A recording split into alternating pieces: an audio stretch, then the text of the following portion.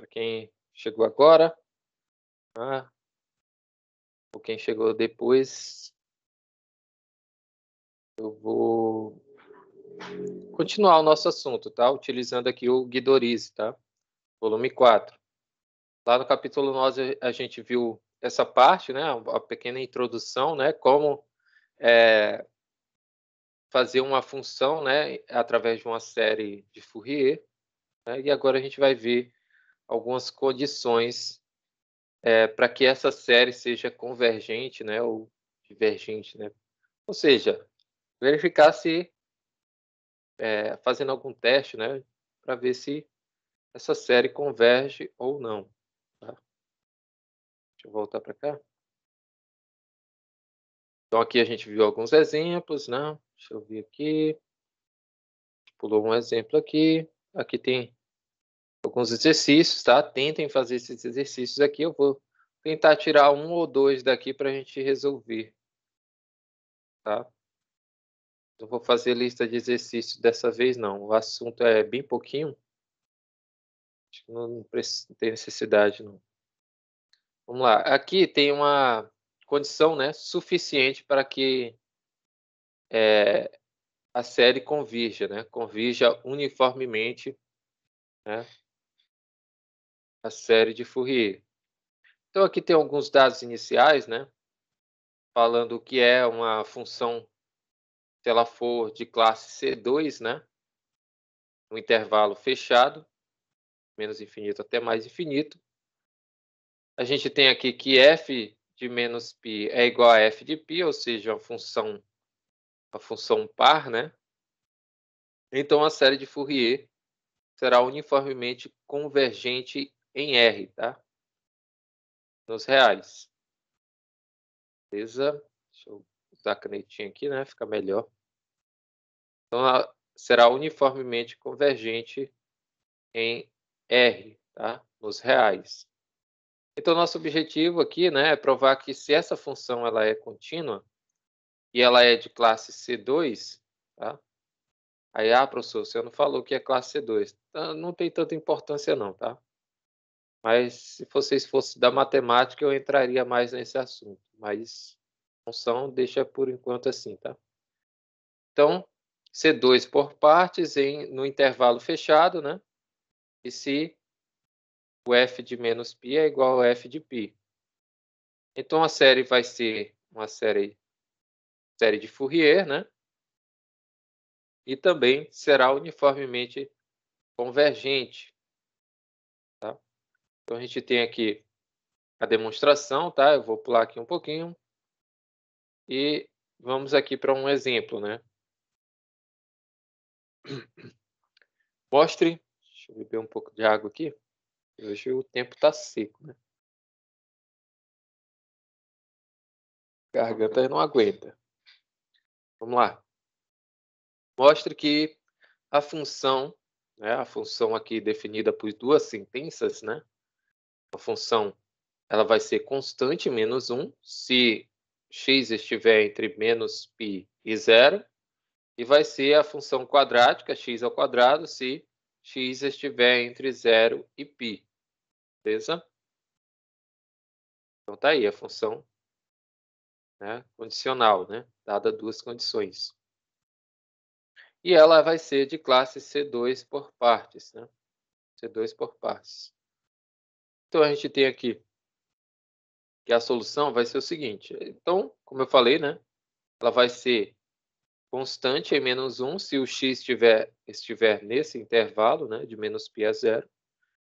E vai ser x ao quadrado, né, a função quadrática, se o x estiver nesse intervalo aqui de 0 até π. Tá?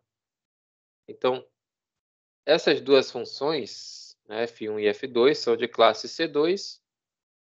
Portanto, as suas derivadas de segunda ordem, né, são contínuas. Tá? Ou seja, a gente consegue derivar, né, até a segunda ordem, e elas vão ser funções contínuas. Então, além disso, né, a gente vai ter que a função f vai ser igual a f1. Né, f1, lembrando que a função f1 é constante, menos 1. Né?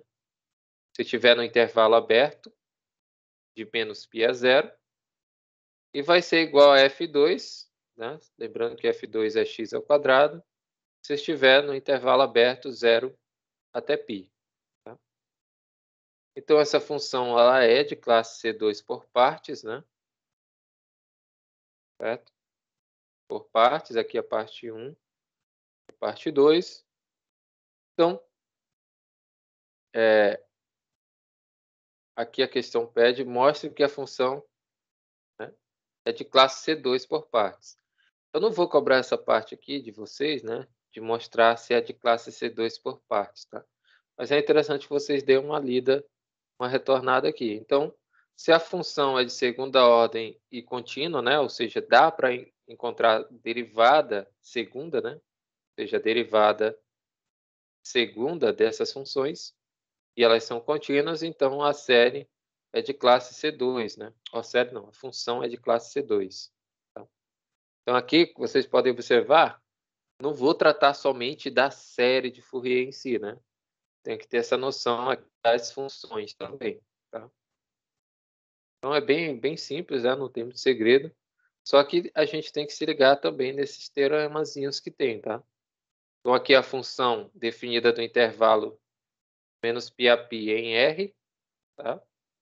Tal que f de menos π é igual a f de π, e suponha que essa função é contínua e também de classe C2 por partes, no intervalo fechado, certo? Então, a série de Fourier de f vai ser convergente, né? Ou seja, converge uniformemente em R se isso acontecer, tá? Se ela for uma função que tiver essas características, né? Contínua e de classe C2 no intervalo fechado, de menos π a π. Aqui tem a demonstração, tá? Eu vou pular aqui um pouquinho. Pular também. E aqui alguns resultados que a gente já viu, né? Alguns resultados parecidos. Beleza, deixa eu voltar aqui. Deixa eu ver o que eu posso falar aqui.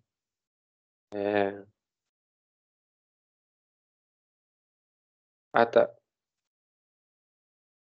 Então, se ocorrer algo desse tipo aqui, ó, o módulo daquela parte da série de Fourier, né, da somatória, for menor ou igual que a média, né, entre esses M1 e M2, tá? Esses M1 e M2 aqui, ele dá aqui em cima como sendo... Deixa eu voltar aqui. Um valor, tá? Um valor positivo. Tá? Então, um valor positivo, tal que x pertence aos reais e n é maior ou igual que 1. Né? Então, aqui ele faz aqui essas relações. Tá? Então, ele pega aqui, tem que ser menor ou igual que a soma desses valores dividido por n ao quadrado. Aí, isso aqui já é um critério, né, de Weierstrass, que eu falei para vocês na última aula. Então, ele converge, a convergência é uniforme em R, né? Então, segue do critério de Weierstrass, né? O critério que M é de Weierstrass, é um constante de Weierstrass. Então, vamos lá. Vamos ver um exercício, né? Porque se a gente for se ligar aqui muito nessas demonstrações, a gente vai perder muito tempo. Né? Eu queria dedicar mais tempo na parte de equações diferenciais. Então, vamos lá. Mostra que a série de Fourier, né? Dada aqui como a função modular, converge uniformemente em R. Aí isso aqui sim, isso aqui eu vou cobrar na prova, né? Mas eu vou cobrar bem pouquinho, tá? De série de Fourier. Eu vou cobrar mais a parte de equações diferenciais, tá? Então, F é contínua de classe C2 por partes e a gente tem que F de menos π é igual a F de π, certo? Por quê? Se a gente fizer F de menos π, é igual ao módulo de menos π. Logo, o módulo de menos π é igual a π. Certo? Se a gente fizer f de π, a gente vai ter módulo de π que é igual a π. Ou seja, daqui a gente conclui que f de menos π é igual a f de π, né? deu o mesmo resultado. Beleza? Então, pelo teorema anterior, esse teorema que a gente acabou de ver, a série de Fourier converge uniformemente. Ou seja, é só a gente verificar as condições do teorema dado, né? Qual é a condição do teorema aqui? Tá? É que aconteça isso aqui, né? E que a função seja contínua e de classe C2, nesse intervalo de menos π a π. E realmente é, né? Ela é contínua de classe C2, porque aqui a função é modular. A função modular, a gente sabe que ele tem um gráfico desse tipo, né? Certo? Um gráfico em forma de V. E ela é contínua, não é descontínua a função. Certo? E também é de classe C2 por partes e ocorre isso aqui, né? Eu acabei de fazer aqui. O f de menos π é igual ao f de π.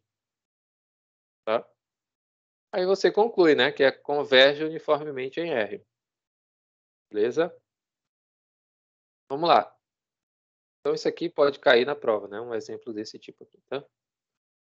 Vamos lá para outra condição, né? Suficiente para que a série de Fourier seja uma função, né? Que convirja uniformemente para a própria função, tá? Então, uma função que convirja para ela mesma. Beleza? Então, uma condição suficiente, né? Vou pular aqui.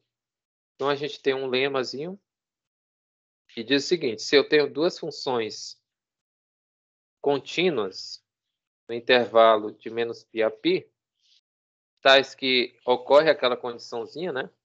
F de menos π é igual a f de π, e a g de menos π é igual a g de π, para todo n natural, tá?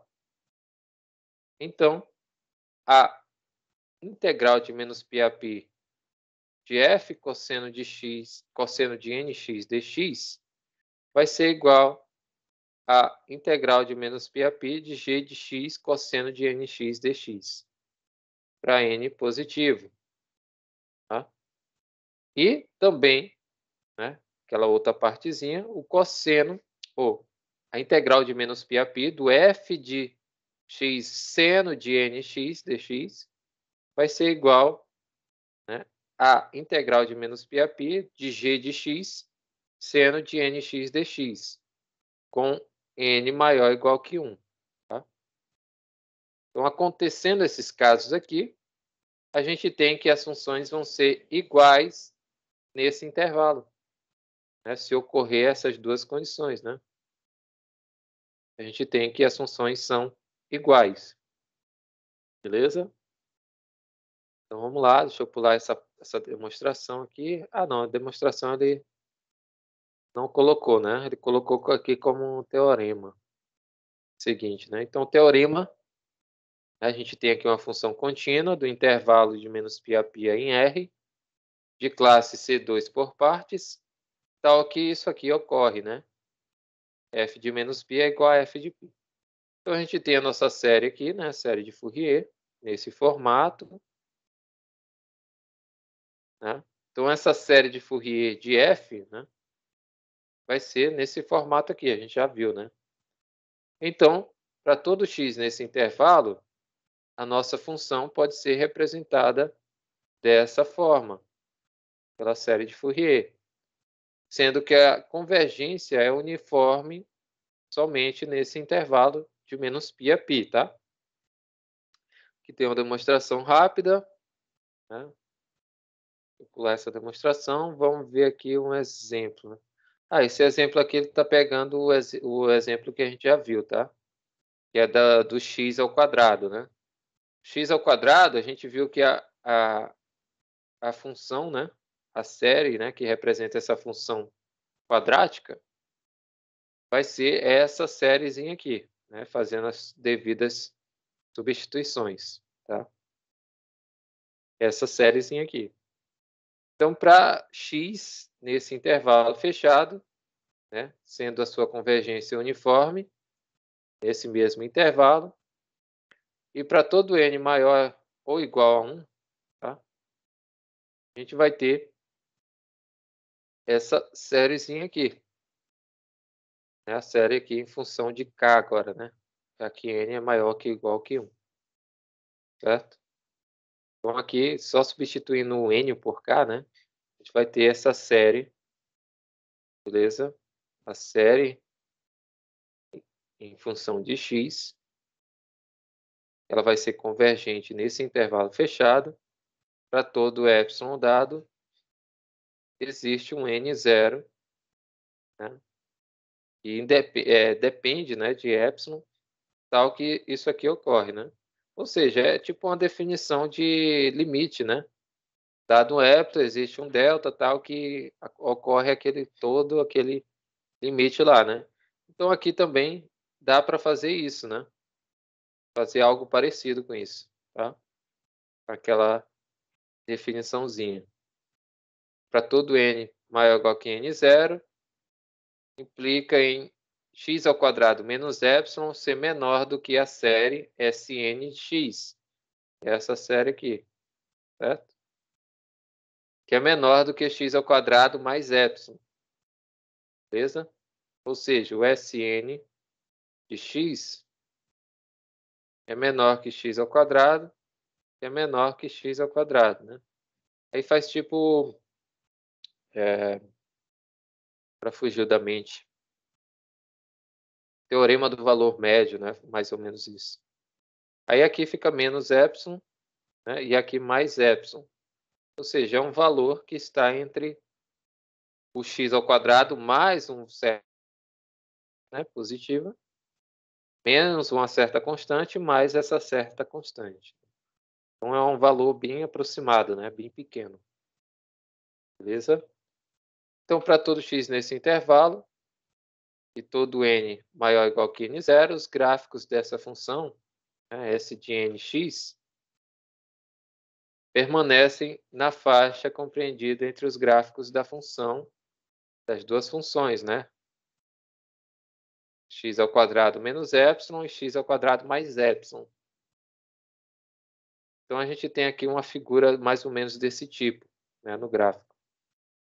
E x aqui, y. Né? Então, seria um gráfico mais ou menos desse tipo, onde esse gráfico, né, da nossa série Sn de x está entre essas duas curvas, né? Essas duas curvas quadráticas, tá? Que são parábolas, né? Beleza? Então, a medida, né, que n tende a mais infinito, o n tende a mais infinito, a gente vai ver que os gráficos, né, vão se encostar, né, nesse gráfico da função Sn. Ou seja, eles vão se aproximar de Sn, né? Beleza? Cada vez que o gráfico da função quadrática, né, se aproximar. Nesse caso aqui, essa Sn é uma função par, tá? Nesse caso. Então, aqui tem uma substituição, né, para x igual a zero. Né? Se a gente fizer x igual a zero, a gente vai ter uma certa igualdade, né? Ou seja, o valor dessa série, né, vai convergir para esse valor. Ou a série vai convergir para esse valor, ou seja, converge para π ao quadrado sobre 12, né? Se a gente fosse fazer uma substituição aqui, né, no lugar de x, ou seja, fazendo x igual a zero. Tá? Beleza? Então, a gente, né, pode verificar, né, que essa série é uma alternada, né? Essa sériezinha aqui vai ser alternada, certo? Porque tem esse fatorzinho bem aqui, ó. Esse fatorzinho faz ela ser uma série alternada, né? A gente já viu isso faz tempo. Então, a gente vai ter, por comparação aqui, né? Essa série é menor do que essa série aqui, né? Essa série de potência aqui, né? Beleza? Para todo n maior ou igual que 1. Então, realmente ela converge, né? Vamos lá para... Aqui, utilizando, determine-se a série de Fourier da função, né? Então, aqui, utilizando o exemplo 1. Esse aqui é exemplo 1, né? Exemplo 1. Aqui ele vai usar a série, né? Aí verificar, determinar a série de Fourier da função. Então a gente tem uma função aqui, no intervalo de menos π a π. Certo? Aí a gente sabe, né, pela função 1, que x ao quadrado é esse valorzinho aqui, né? Essa série aqui, corresponde a essa série de Fourier. Certo? Aí aqui basta a gente encontrar, né, a integração, né, dessa função através dos termos. Já que aqui, ó, no exemplo, aparece o x ao cubo sobre 3. Então, qual é a integral de x ao quadrado dx? É x ao cubo sobre 3. Então, por isso que aqui a gente tem que integrar, tá? Por isso aqui que é utilizada a integração de x ao quadrado. Só que aqui a gente tem esse valor todo, né? Esse valor numérico aqui. Então, a gente vai integrar quem? Vai integrar também, né? Aplicando a integral aqui, em ambos os lados, né? Aplicando a integral aqui e aqui, né? A gente vê que isso aqui é constante, não tem x, então não faço aqui, certo? A integral não vem aqui. Aqui também não, né? Porque aqui é elevado a n, aqui é sobre n. Onde é que vai ter x? Só aqui, ó. Eu vou integrar com relação a x. Então, eu vou integrar só o cosseno de nx. E aqui desse lado eu vou integrar o x ao quadrado. Apenas, tá? Ou seja, eu só posso integrar com relação a x. Certo? Então, por isso que aqui a integração vem aqui, no x ao quadrado, e aqui no cosseno de nx dx, tá? Beleza? Então, integrando a gente com relação a t, né, de 0 até t, tá? A gente vai ter que t ao cubo sobre 3 vai ser essa outra sériezinha aqui. Tá? Na verdade, aqui a gente integrou também, né? Aqui a gente integrou também, tá? Que aqui é a constante, né? Π ao quadrado sobre 3, π ao quadrado sobre 3 é uma constante, tá? Então, essa constante aqui, quando a gente integra, né, ele fica acompanhado aqui da variável. Só que no caso ficou π ao quadrado vezes t sobre 3, tá? Na verdade, a gente integra também. Já que é uma constante, né? Constante a gente integra também. Que é a integral de dx, né? Aqui eu tenho uma constante. É x mais uma constante. Tá? Ou se eu fizer a integral de 2 dx, o 2 é uma constante, né? Então, qual vai ser a integral? 2x mais a constante, né, da integração. Beleza? Deixa eu apagar isso aqui, só para relembrar, né? Então, vamos pular aqui. Então, a gente encontrou aqui algo parecido, né? Que é o t ao cubo sobre 3. Só que essa constante aqui, ó, também está sobre 3, né? A gente passa para o primeiro membro, né? Passando esse termo aqui para o primeiro membro, a gente vai ter o quê? T ao cubo sobre 3 menos π ao quadrado t sobre 3, que é igual à somatória disso tudo aqui, tá? N igual a 1 até mais infinito, de menos 1 elevado a n, vezes 4 sobre n ao cubo, seno de nt. Tá? Aí essa diferença aqui, como os denominadores são iguais, a gente pode unir os dois, né? Fazer em um mesmo denominador.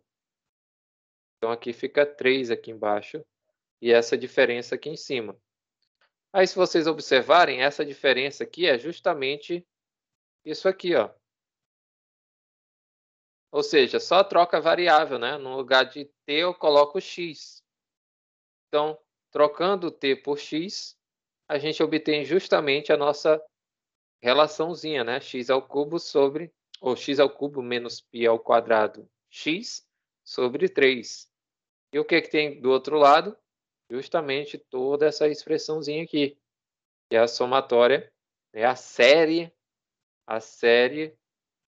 menos 1 elevado a n vezes 4 sobre n ao cubo, seno de nx, beleza?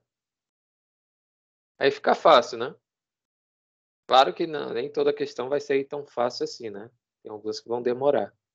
Tá? Aqui tem mais exemplos, tá? Eu vou pular aqui um pouquinho. Deixa eu ver aqui o que a gente pode ver. Como eu falei para vocês, eu não vou cobrar tanto essa parte aqui. Tá? Pode ser que eu cobre uma questão ou duas, mas dificilmente eu vou cobrar série de Fourier de vocês. Apesar que tem algumas aplicabilidades aí, né? Talvez na física. Na química, eu não sei se tem muita aplicabilidade da série de Fourier. Aí a convergência da série de Fourier também é da função de classe C2 por partes, né? É bem parecida da outra forma, né? Só que a gente vendo aqui o exemplo, né? Por exemplo, uma função periódica de período 2π, daquela mesma função que a gente viu, né? A função que é π, né? Da função modular, tá? Isso daqui é a função modular. Então a gente tem o seguinte, ó, que ela vai dar para a gente esse gráfico aqui, né? Gráfico parecido com isso. Só que a gente tem aqui período de 2π, né?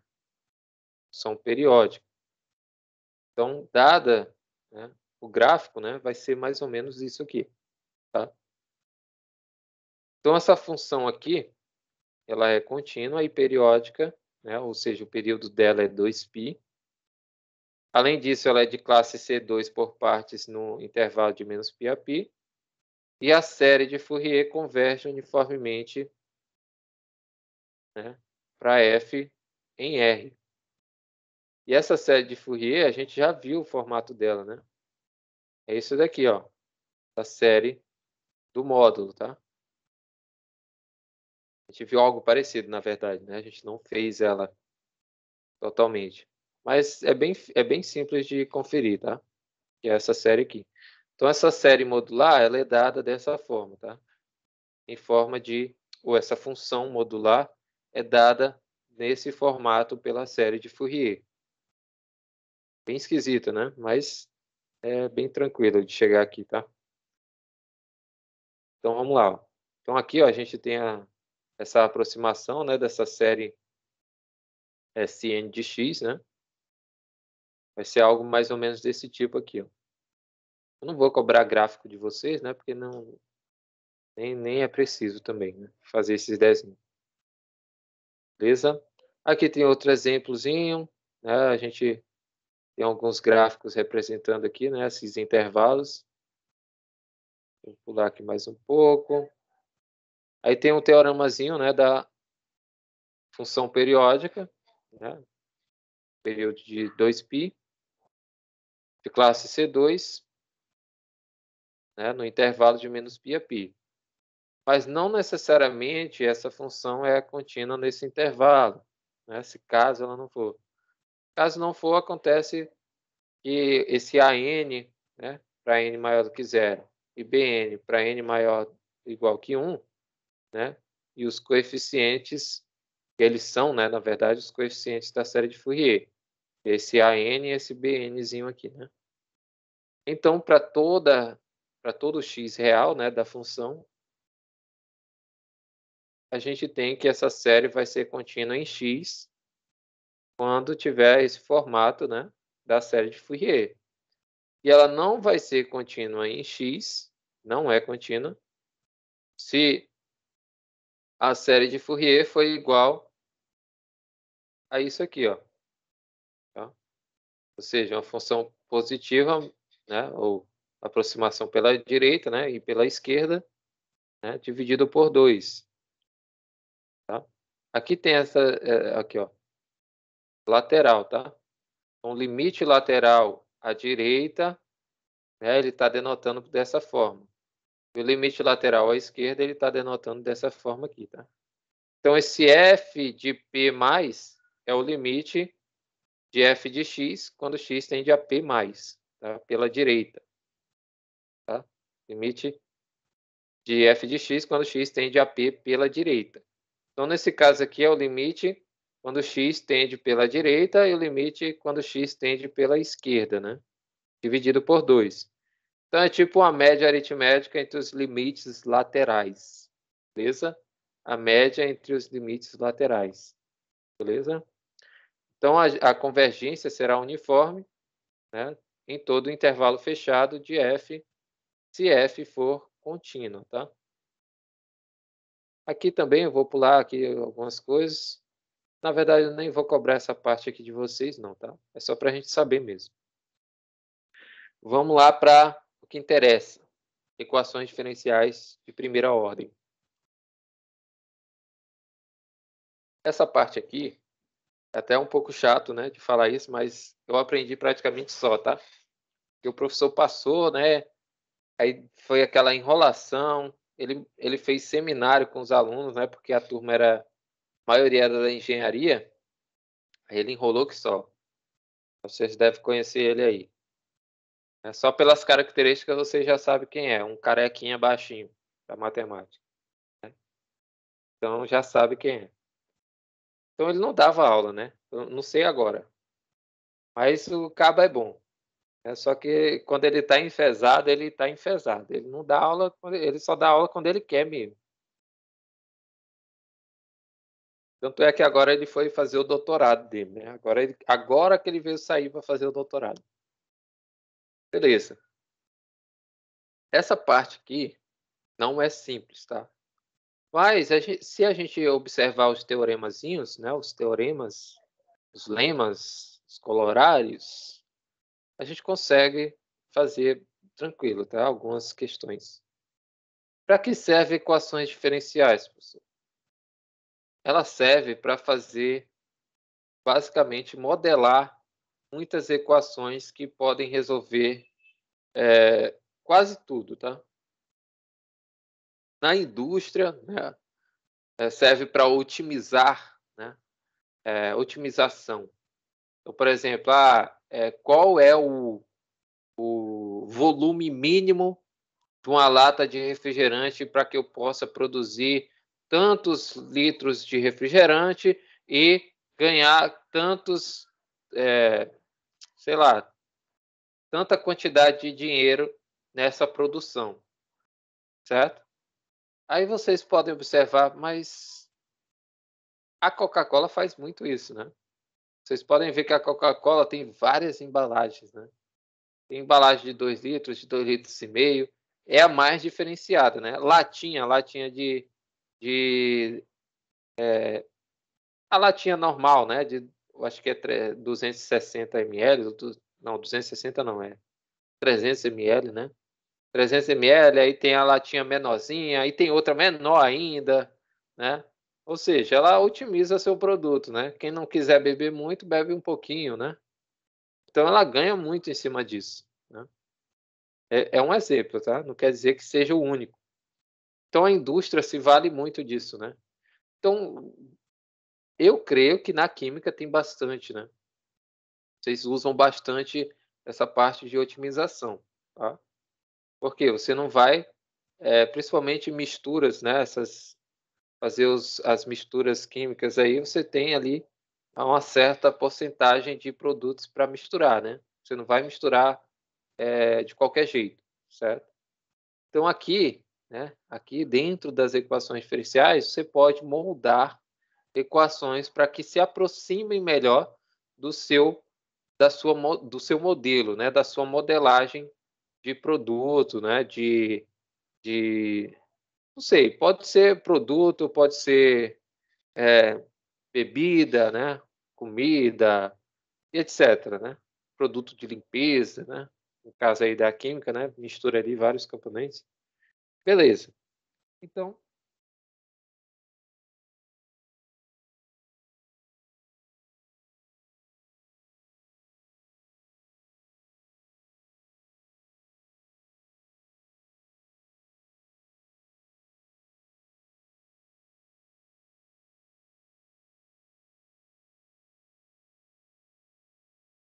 Oi, oi. Deixa eu retornar aqui. Tem muita gente, né? Eu parei aqui porque tava tendo uma ligação aqui no meu celular, né? E eu acompanho no celular e no computador, tá? Para ver se vocês estão vendo a mesma coisa que eu. Então tem muita coisa, muita aplicabilidade, tá? Equações diferenciais, muita mesmo, tá? Na engenharia, na indústria, né? Na química, indústria química, petrolífera, nem se fala, né? Bastante. Tanto é que a Petrobras, né, ela contrata bastante engenheiro químico, contrata bastante matemático, né, na área do bacharelado, claro, né, só que vai mais para essa área da indústria. Então vamos lá, vamos ver aqui algumas equações, né. Então, a equação diferencial de primeira ordem, né, ela tem esse formatozinho aqui, ó, ou seja, é uma função, tá, uma função que tem esse formato aqui. Ou seja, é uma função, é uma derivada, né, um diferencial aqui, uma taxa de variação, né, de y com relação a x, certo? Que vai dar aqui uma função, uma equação para a gente resolver algo, tá? Aí a gente pode escrever dessas duas formas, né? Ou essa, ou y', né? Y' é a derivada primeira, né? Aqui também. Então, por isso que é chamado de primeira ordem. Tá? Só que através disso aqui a gente vai encontrar equações, né, que melhor se aproximam, né, melhor, como é que eu posso dizer? Melhor se aproximam do modelo esperado, né, um modelo estabelecido. Tá? Ou a gente quer chegar nesse modelo, né, a gente pode utilizar de equação diferencial. Então aqui, basicamente, quando a gente monta uma equação, a gente quer encontrar a solução dessa equação, né? Lá na equação do segundo grau, né, que era x² mais 2x mais 4 igual a zero, né?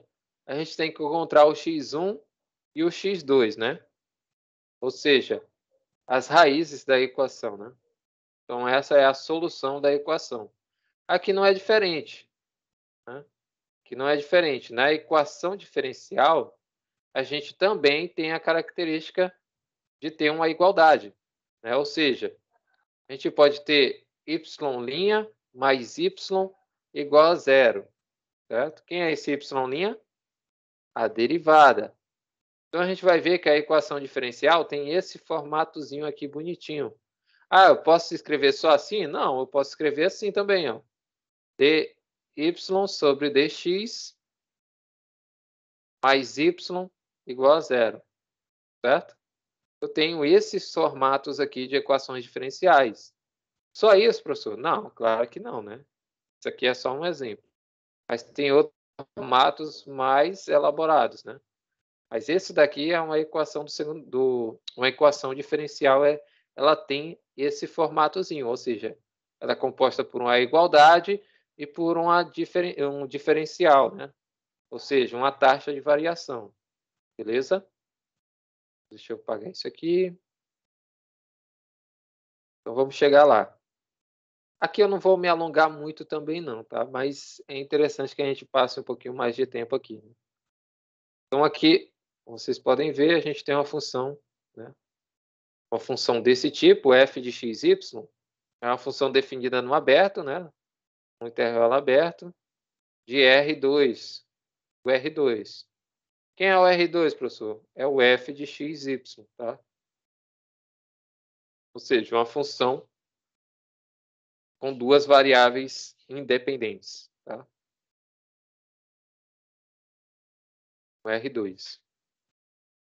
Então, a função y a gente pode escrever como y de x, tá? Então, ela está definida no intervalo aberto e é uma solução, tá? Isso aqui vai ser uma solução. Ou seja, o que é a solução de uma equação diferencial? É uma função. Uma função é uma solução da equação, beleza? Então, a solução da equação, né, ela vai ser nesse formato, se somente se para todo x, né? Se para todo x no intervalo, ocorrer isso aqui, ó. ou seja, a derivada da função inicial, né, da taxa de variação, vai ser igual a f, essa f aí é uma primitiva, né, de x, y de x, tá? Lembrando que esse y de x é uma solução, tá? Uma solução. Então, vamos lá.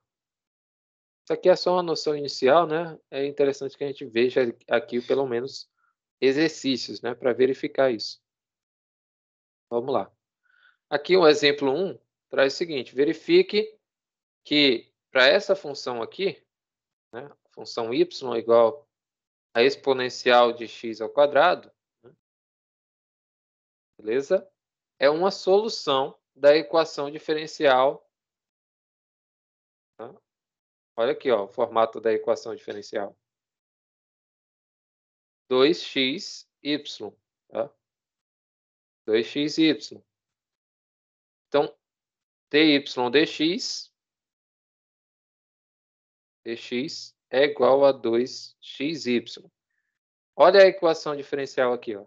Eu tenho uma derivada, né, a taxa de variação, que me dá 2 vezes x vezes y.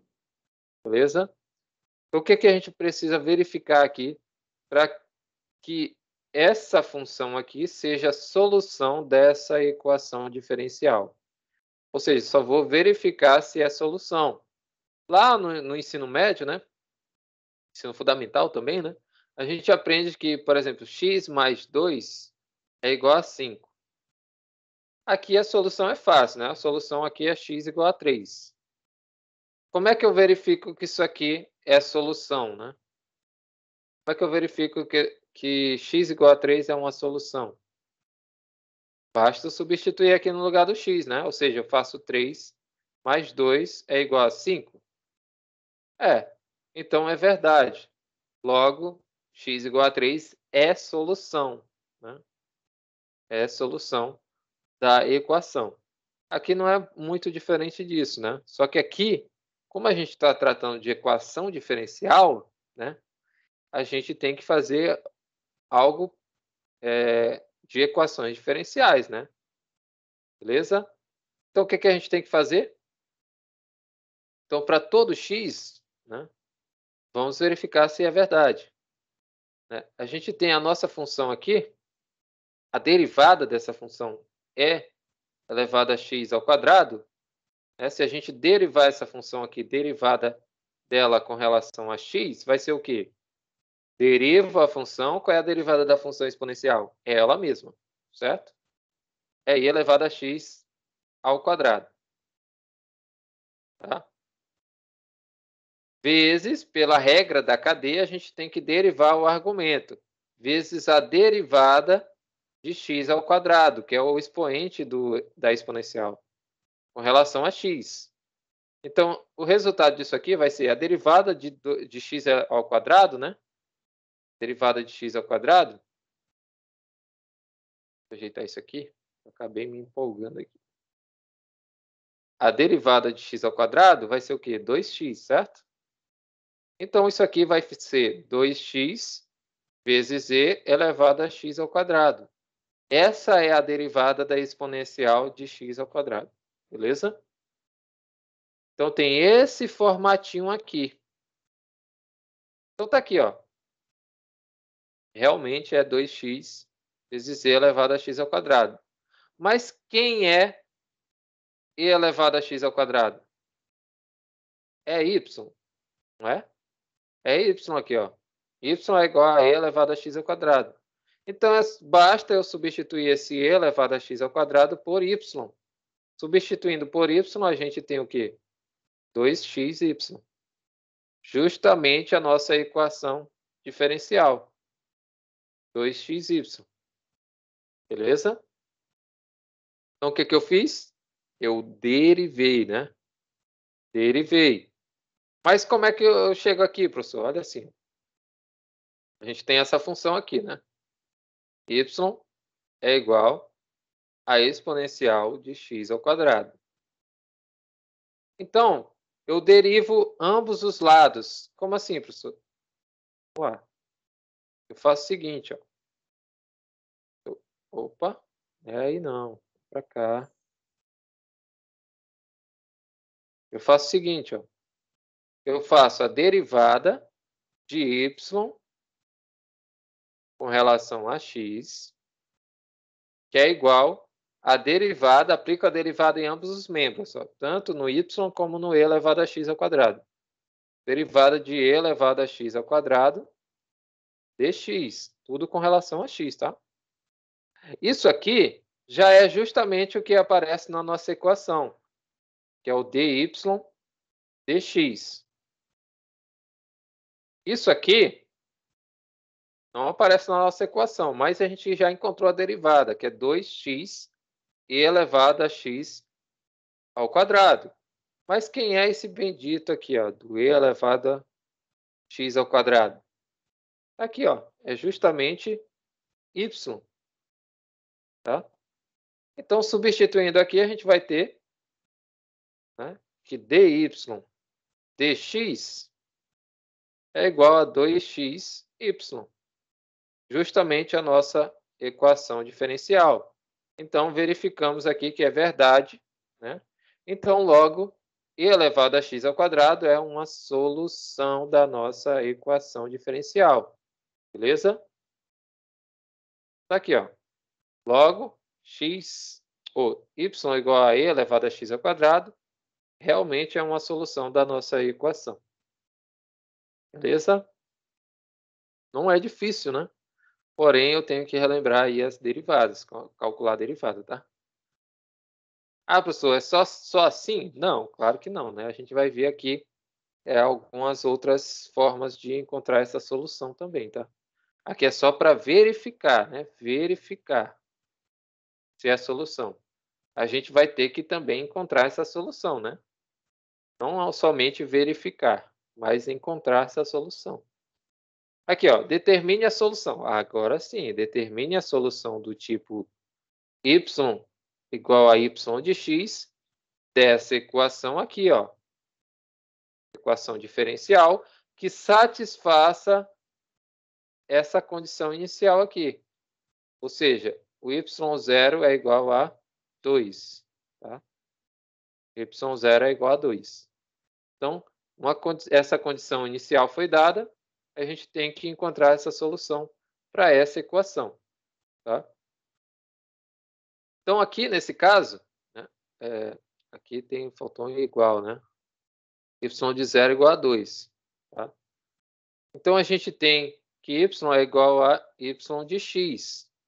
Então, y de 0, né, a gente tem uma solução y de 0, que é igual a y de 0, y é igual a y de 0, que é igual a 2. Tá? Então, a gente tem que... Isso daqui é uma derivada, né? Ou seja, essa parte aqui, né, é a derivada de y com relação a x. Olha só. Porque aqui a gente tem uma igualdade. Então, eu estou dizendo que a derivada de y com relação a x de uma função que eu não sei é 3x mais 5, certo? É isso que quer dizer essa igualdade dessa equação aqui, tá? Então, se isso aqui é a derivada, o que é que a gente precisa para encontrar a solução dessa equação? Eu preciso encontrar quem é a minha função. Eu não sei quem é. Eu sei que essa daqui é a derivada. Então, o que é que eu tenho que usar para encontrar a minha função inicial? Ou seja, a minha f de x, y de x. É justamente a antiderivada. Quem é a antiderivada? Está bem aqui, ó. Integral, né? Ou seja, através da integral eu consigo encontrar a minha antiderivada, né? Então, a gente basta integrar a função. Ou seja, eu pego aqui, vou fazer assim, aproximar para cá. Então, olha o que aqui é feito. Ó. Eu quero saber quem é y. Então, eu integro ambos os membros, tá? Com relação a x dessa equação. Então, eu pego aqui dx ou dy dx eu integro com relação a x, que é igual à integração de 3x mais 5 dx também. Integrando aqui com relação à derivada de y com relação a x, a derivada, né?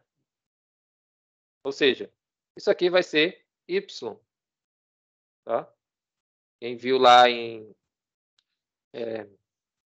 qual é o nome? Lá na parte de integração tem isso, né? A integração da função implícita, né? Digamos assim. Também tem essa parte. Então, isso aqui vai ser y, né?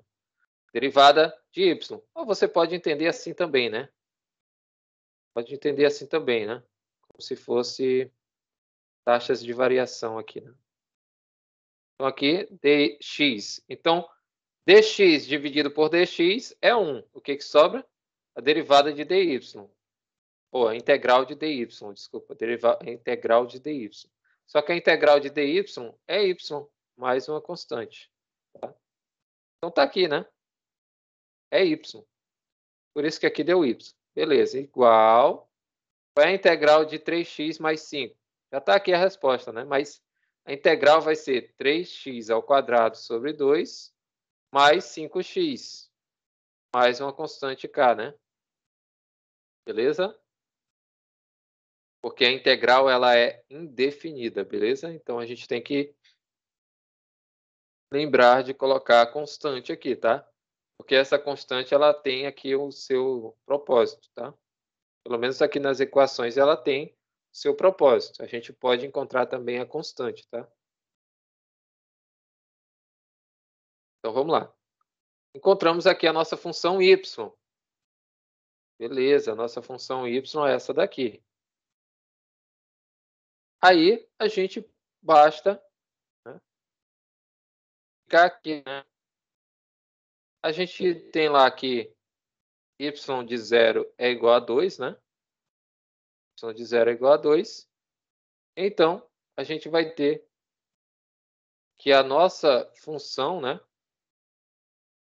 a ser encontrada vai ser essa daqui, né? Que é uma solução que satisfaz a condição, tá? É uma das soluções que satisfazem essa solução, beleza? Ou seja, a gente não encontrou essa função aqui, ó, com a constante k. Aí a gente faz o quê? Y de 0 é igual a 2, certo? Então, quem é o x aqui? O x é 0, certo? E o y é 2. Então, fica 2 igual a 0 mais a constante k. Porque 5 vezes 0 é 0 e 3 vezes 0 ao quadrado é 0 dividido por 2 é 0. Então, o k, a nossa constante k, só pode ser igual a 2. Então, substituindo aqui na função, né, k por 2, então nossa função aqui vai ser justamente essa daqui, ó. 3x ao quadrado mais 2y, ou mais x ao quadrado sobre 2 mais 5x, mais 2, né? Essa daqui é a nossa solução, tá? Dada essa condição aqui, beleza? Opa, essa condição aqui. Deixa eu tirar isso aqui, né? Dada essa condição aqui, beleza? Então, k é igual a 2. Não é tão simples, tá? Mas, como eu falei, vocês vão ter que relembrar aí algumas coisas de derivada e também de integral, tá? Para conseguir encontrar soluções da equação. Tá? Deixa eu ver aqui. Deixa eu ver o horário também, né? A gente tem que... O horário voa. Acho que dá para a gente ver mais algumas coisas aqui. A gente não ficar muito cansativo, né? Ver aqui o que dá para a gente ver. Ah, essa daqui já entra a parte de variáveis separáveis, né? Então, algumas condições da equação diferencial. Vamos ver esse exemplo aqui, esse outro exemplo. Né? Determine a função. O que é isso? É a solução, né? Dada essa condiçãozinha aqui, tá? Y de 1 é igual a 2, que satisfaz a seguinte propriedade: o coeficiente angular da reta no ponto de abscissa x é igual ao produto das coordenadas no ponto de tangência, certo? Ou seja, você tem que saber o que significa isso, né? Claro que não é tão simples, né? Mas está dizendo o seguinte: coeficiente angular da reta tangente. Opa, coeficiente angular da reta tangente é a derivada de y com relação a x. No ponto de abscissa x, tá? É igual ao produto de coordenadas no ponto de tangência. Então, o produto de coordenadas, produto xy, né? No ponto de tangência. Deixa eu ver se é isso mesmo, né? É isso mesmo, tá? É isso mesmo. Claro que isso aqui não é de uma hora para outra, né? Você tem que dar uma olhadinha, estudar bastante para entender o que está escrito aqui. Aí, como vocês não são da matemática, né? Não tem problema não.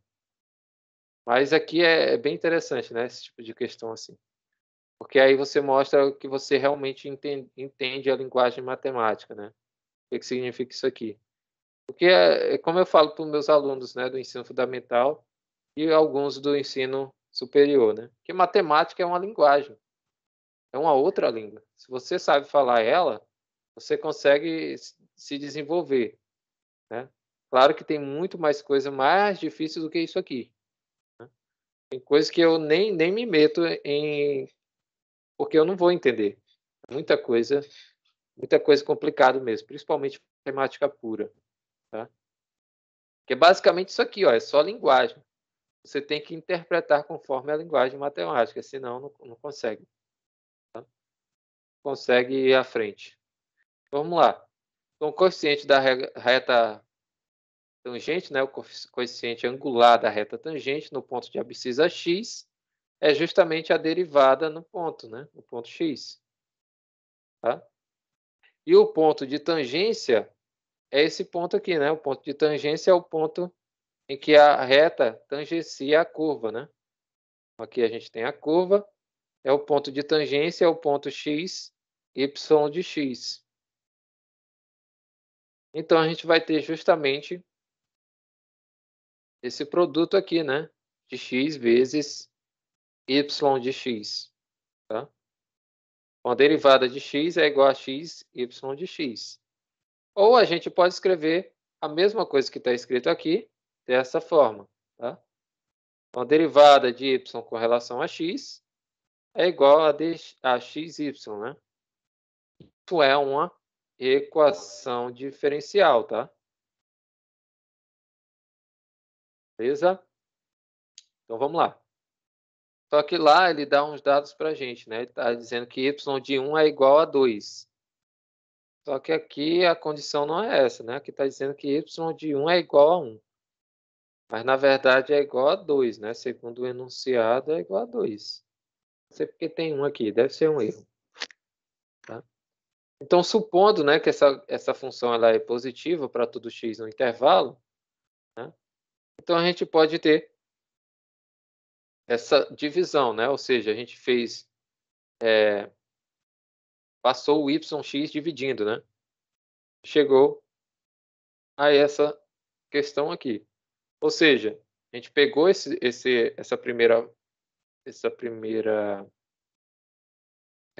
primeiro formato, né, da equação e passou esse y de x dividindo o y' de x. Então a gente obteve isso aqui. A derivada de y', ou de y, né, sobre y é igual a x, tá? Beleza. Aí ele traz aqui, né, uma relaçãozinha, né, fazendo aqui a derivada do logaritmo neperiano, tá? É justamente essa expressãozinha aqui, ó, derivada do logaritmo neperiano, tá? Ou também eu posso dizer que é a derivada da, agora fugiu do, tipo uma regra da cadeia, né? Só que aqui é a regra do quociente, bem parecido, né? Mas claro que aqui não é a regra do quociente, né? Porque a regra do quociente tem uma diferença e lá embaixo a gente eleva o quadrado, né? Na verdade, é a regra da derivada do logaritmo neperiano mesmo, né? Que a derivada do logaritmo, o ln de x, né? Vai ser o quê? 1 sobre x, tá? Então vai ser tipo uma função recíproca, né? Do tipo recíproca. Só que nesse caso aqui, como o resultado é igual a x, se a gente observar, se a gente integrar x, integrando x, a gente vai ter x ao quadrado sobre 2. Logo, a derivada de x ao quadrado sobre 2, né, se a gente fazer o papel inverso, né, antiderivada, vai ser igual a x, tá? Claro que isso aqui tem mais uma constante, né? Aqui, mais uma constante k. Então, aqui a derivada de x ao quadrado sobre 2 é igual a x, justamente o que está escrito aqui, ó. Então, sabendo disso, né? Sabendo dessas coisinhas, a gente pode fazer uma igualdade, né, entre essas duas. Ó. Posso fazer uma igualdade entre o logaritmo de y de x, a derivada, né, do logaritmo de y de x, que é igual à derivada de x ao quadrado sobre 2. Quem é esse x ao quadrado sobre 2? A derivada é x. E quem é isso aqui? É y' de x sobre y'. Ou sobre y de x, né? Certo? A gente só substituiu por esses dois. Beleza. E agora? Né? Integrando ambos os lados aqui, né, se a gente for integrar, a gente vai chegar justamente a esse resultado aqui. Ó. Ou seja, logaritmo neperiano de y de x é igual a x ao quadrado sobre 2 mais uma constante. Tá? Para todo x no intervalo. Então, a gente chegou em algo parecido aqui, ó. Uma equação para encontrar quem é y de x, né? Certo? Só que não acabou aí, né? Não acabou. Aqui eu não sei por que ele deu essa condição. Eu acho que ele mudou, né? Então, aqui no caso, é 1 mesmo, né? Então, aqui no início tem que ser 1. E lá ele deu, aqui no início ele deu 2. Então, aqui tem que ser 1 mesmo, né? Logo no início do exemplo. Então, vamos lá. Se y de 1 é igual a 1, então substituindo aqui por 1, né? A gente vai ter ln de y1, e aqui no lugar do x, 1 ao quadrado, né? Sobre 2. Então, esse ln de y de 1, a gente já sabe que é 1. Então, vai ficar o ln de 1. Quanto é o ln de 1? O ln de 1 é 0, tá? Para quem não lembra. O ln de 1 é 0. Então, vai ficar 1 meio, né? Passando por primeiro membro, a gente vai ter que k é igual a menos 1 meio, nossa constante. Tá?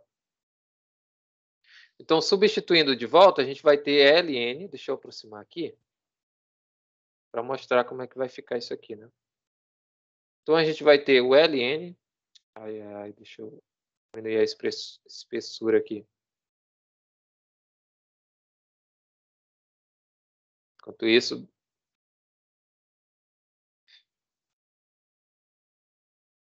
tem um gole de água aqui que a garganta secou, né? Então, voltando para cá, a gente vai ter o ln, né? De y de x, certo? É igual a x ao quadrado sobre 2, mais a constante. Só que a constante a gente já encontrou, é menos 1 meio, né? Então, menos 1 meio, certo? Só que eu não quero saber quem é ln de y de x, eu quero saber quem é y de x, certo? Então, o que eu tenho que fazer aqui? Eu posso simplificar isso aqui, né? Já que tem o mesmo denominador aqui embaixo, ó, 2 aqui, 2 aqui, eu posso escrever ln de y de x que é igual a x ao quadrado menos 1 sobre 2, certo? Aí o que eu faço aqui para tirar esse ln de x? Eu tenho que aplicar a exponencial de base do ln. Qual é a base do ln?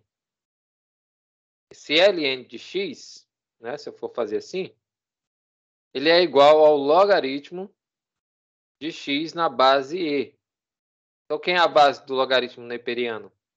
É o número de Euler, certo? Então, aplico a exponencial em ambos os lados, tá? Ou seja, igual, né? Esses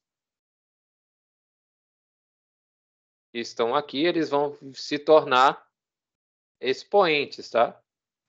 Então, a exponencial do ln de y de x, né, se vocês observarem, tem uma propriedade que fala que o ln é o seguinte. Se eu tiver aqui, por exemplo, a elevado ao log de... Eita. Deixa eu ajeitar esse log aqui. Se eu tiver uma base a elevado ao log de b na base a, o resultado disso aqui, como a minha base da exponencial é igual à base do logaritmo, então o resultado é b. Então, se eu tenho a exponencial, né, elevada ao logaritmo neperiano de x, certo? A minha base é e, aqui é e do logaritmo, então o resultado vai ser x, correto? Segundo a propriedade, tem que ser x, tá? Então, nesse caso aqui, quem vai ser? Y, né? Y de x.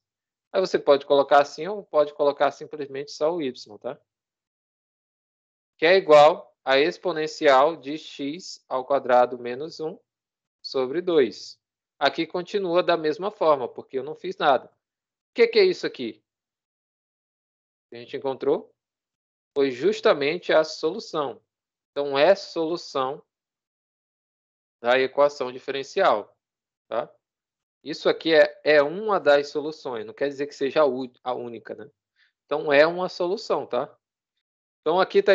Desculpa, aqui está escrito de outra forma, né? Mas é a mesma coisa, tá? Y é igual... Deixa eu diminuir de novo, né? Y é igual a exponencial de x ao quadrado menos 1 sobre 2, tá? Mesma coisa que está escrito aqui. Beleza?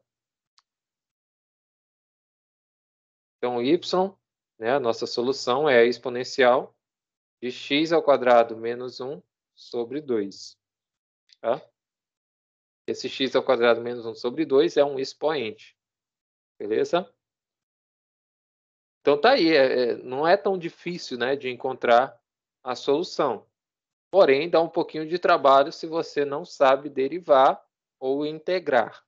Beleza?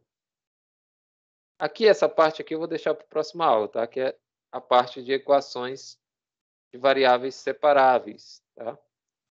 Que é um tipo de equação onde a gente pode separar as variáveis e encontrar a solução rapidamente, né? Integrando as funções, tá? Bem simples, é bem bacana. É o mais fácil que a gente vai ver, tá? Que é um tipo de para encontrar a solução, né? Beleza? Então eu vou deixar isso aqui para a próxima aula. Aí hoje a gente já viu como encontrar a solução, né? E também como verificar se é solução da equação, né? Aquela função é solução da equação. Beleza? Então é isso. Dessa vez eu não vou fazer lista de exercícios, tá? Mas eu vou pegar exercícios aqui desse PDF do Guidorize, tá? Fazer alguns exercícios. Então vai se dar bem quem estiver acompanhando as aulas, tá? Quem estiver acompanhando vai se dar bem nas provas, né? Então essa última prova aqui tem 2 ou 3 pessoas que precisam tirar uma boa nota, né? O restante está mais tranquilo, entre aspas, né? Porque tem gente aí que está tirando 8, 9, 10, né? Então, de certa forma, está um pouquinho mais tranquilo. Mas é importante não e muito confiante para a terceira prova, né, que tem que estudar mesmo.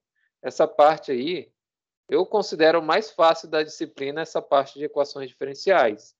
Mas é como eu falei, você tem que ter em mente aquela parte todinha de derivadas e integral, senão não sai. Não sai mesmo. E essa parte é muito simples, tá? Se souber, derivada e integral, sai bem rapidinho a solução, tá? Então é isso. Próxima aula a gente vê alguns continua o assunto, né? Provavelmente a gente vai ficar com a nossa prova lá para a data marcada, né? Que é para a segunda semana do mês de março. Né? Se caso não der para a gente ver até a segunda semana do dia de março, a gente deixa para outro dia. Provavelmente, como vai ser feriado, dia 28, dia 1º e dia 2, né? 3 dias de feriado, e vai cair justamente na segunda e na quarta, né? Segunda, terça e quarta, a gente não vai ter aula na primeira semana do dia de março, ou do mês de março. Mas eu posso gravar a aula, tá? E enviar para vocês, porque senão a gente vai ficar muito atrasado, né? Aí lá para o dia 8, o dia 8 não, para o dia 7 ou dia 9, já queria fazer alguns exercícios e já ter a nossa prova, né? Então vai depender muito de como vai andar o assunto. Mas, como eu falei, esse assunto aqui não é muito longo, é um assunto rápido, só que eu tenho que pelo menos mostrar para vocês a parte de equações diferenciais de primeira ordem, né? E é bem rápido, mas se a gente for ver exercício, vai demorar um pouquinho, né? Como eu falei, os exercícios tem alguns que são bem trabalhosos. Tem outros não, tem outros que são bem rápidos, né? A gente consegue fazer rapidamente, tá? Então é isso, pessoal. A gente se vê na quarta-feira. Tchau, tchau.